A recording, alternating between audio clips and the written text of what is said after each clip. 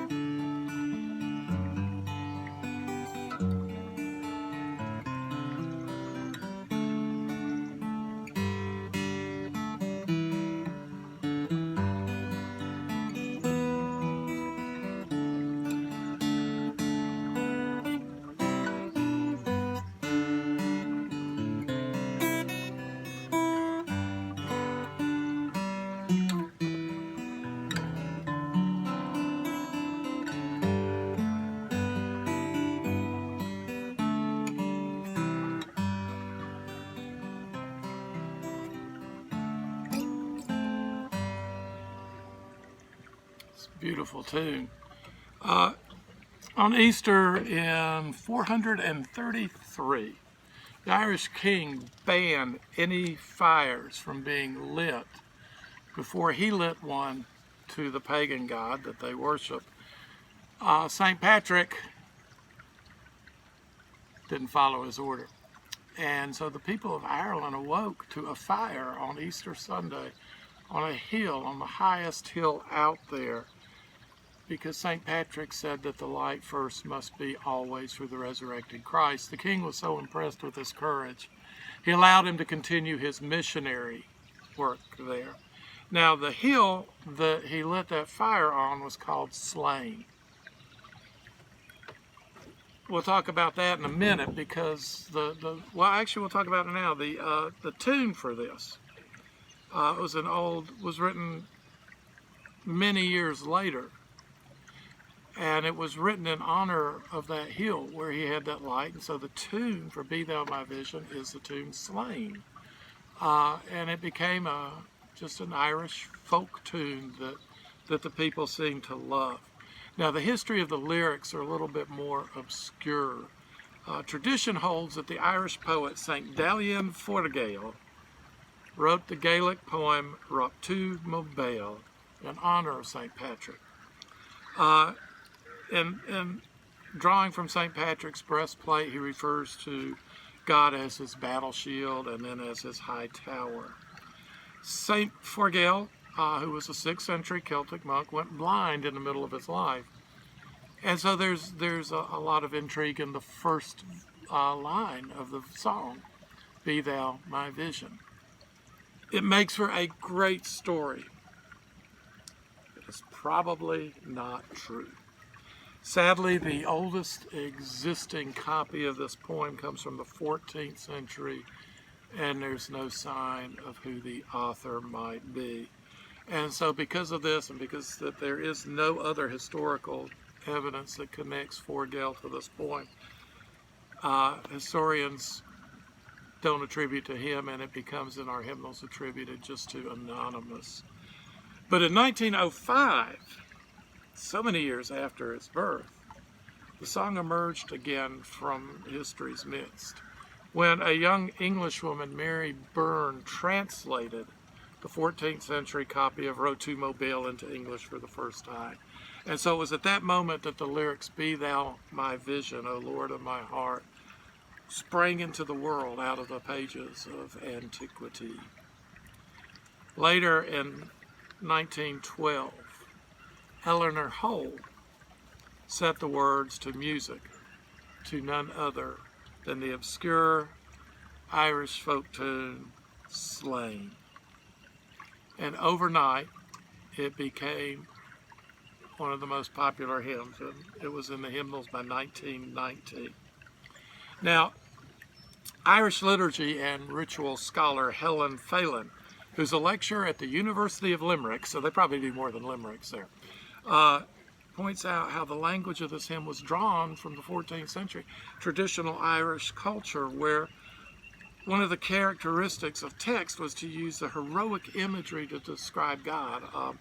Our great king, our chieftain, our high king, because God was in medieval Irish poetry depicted as sort of the protector of the clan. And so that kind of language was real popular at the time that this poem first shows up. But now the original language has been changed from the high king of heaven gave way to the great God of heaven. A little more inclusive kind of image of God. Now let's talk about the words, because it's the words that when I sing this, to me this is one of the deepest prayers of my heart, and it starts with Be Thou My Vision. My faith asks me to at least attempt to see the world as God sees the world, to see you as God sees you, to see other people as God sees them, as children of God created in the image of God, to see creation, to see the birds back here, to see the trees through the eyes of God as His creation. Be Thou my vision. Let me, Lord, please see. Let me see as you see. O Lord of my heart, because if I do, let me feel also as you feel. Be all to me. Be all else to me, save that Thou art. Thou my best thought, by day and by night, waking or sleeping, Thy presence, my life. To walk in the kingdom of God, to be a child of God, to walk in God's creation with God's creatures, including you and me. Be Thou my wisdom. Let me think your thoughts. And now my true word, let me speak your words. I ever with thee and thou with me, Lord. Wherever I am, I'm not without you. I can't be without you. We're always together. You are my soul's shelter, and now my high tower. Without you, Lord, there is no hope. Raise thou me heavenward, O power of my power. From you I draw my strength. Riches I heed not, nor vain empty praise. We're not here for that. Thou, my inheritance, now and always, not just after I die. Now my inheritance, now in my ways. Thou and thou only be the first of my heart. Great God of heaven, my treasure thou art. Light of my soul after victory won, may I reach heaven's joys, O heaven's Son. Heart of my own heart, whatever befall, shall be my vision, O ruler of all. What a prayer. What a cry from our depth. Lord, let me be that you have called me to be. Let me live as you have called me to live. Let me see as you have called me to see. And let me speak as you have called me to speak. Oh, I'm not going to get there, neither are you. But I want to see you. And I want to see the clerk at Kroger. And I want to see those crying for help. I want to see those that are excited and those who are afraid through the eyes of the one that sees them as his children created in his image and in his imagining. Be thou my vision, O Lord of my heart. Amen. You know what? Let's just play it through one more time.